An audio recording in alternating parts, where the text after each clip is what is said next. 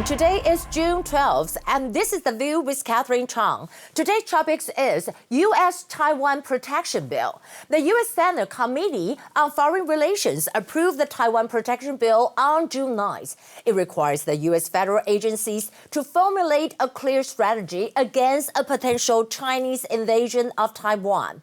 Here are some points.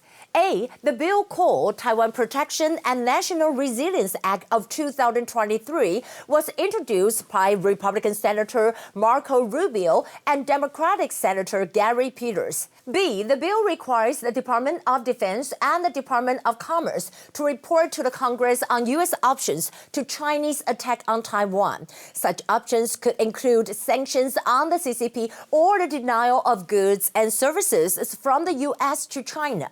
C. The bill will be activated when China tries to violate the sovereignty of Taiwan, blockade, or sabotage Taiwan's telecommunications networks. D. However, there is a provision saying that the bill does not refer to authorizing the use of military force. Well, I think it means that the Taiwan Protection Bill tried to deter the potential Chinese invasion with peaceful but strong options. As Rubio said that, it was the U.S. national interest to firmly support Taiwan. Here are the top stories. First, I want to talk about Taiwan Foreign Minister to visit Prague. Taiwan Foreign Minister Joseph Wu will attend the European Values Summit 2023 on June 14th and give a speech focusing on democratic values and human rights. According to Reuters, he will also meet President of the Czech Republic, Petr Pavel. In addition, PLA jets just sent around Taiwan. We know that 37 Chinese warplanes entered Taiwan's southern ADIZ, Air Defense Identification Zone, on June 8th.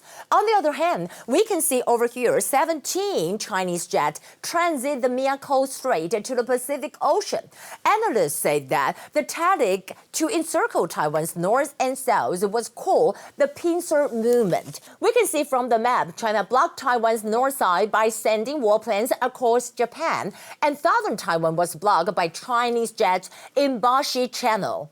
Also, U.S. Secretary of State to visit Beijing. According to CNN, the U.S. Secretary of State Anthony Blinken will arrive in China on June 18th. His trip was originally scheduled for February, but was postponed due to the China spy balloon incident. Well, this is the highest level visit by the U.S. official to China since 2018.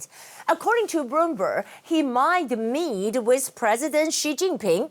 U.S. National Security Council spokesperson John Kirby said that is one of the reasons why we want to get Secretary Blinken back over to Beijing. Spokesperson of Chinese Embassy in the U.S., Liu Pengyu, said that China is open to having dialogue with the United States. On the other hand, U.S. Senate panel approves stripping China of developing nation status. The U.S. Senate Foreign Relations Committee approved the Ending China's Developing Nation Status Act on June 8th without dissent. The bill would affect Chinese special privileges in international organizations or treaties. However, the Chinese accused the act. Chinese Foreign Minister spokesperson Wang Wenbin said that whether China is a developing country or not is not up to the United States. We know that if China was no longer a developing country, various factors such as escalating production costs and higher tariffs are anticipated. As a result, this may lead to a potential decline in China's economic growth and employment rate. In the end, I want to share with you that Messi detained at Chinese airport over visa issues. Football player Lionel Messi arrived in Beijing for a friendly match on June 10th, but got stuck at the airport due to passport problems. Since the Spanish passport he brought is visa-free for Taiwan, but is not visa-free for China. Messi asked, "Isn't Taiwan not China?" Well, I think Messi touched the sensitive issue of China's One China principle.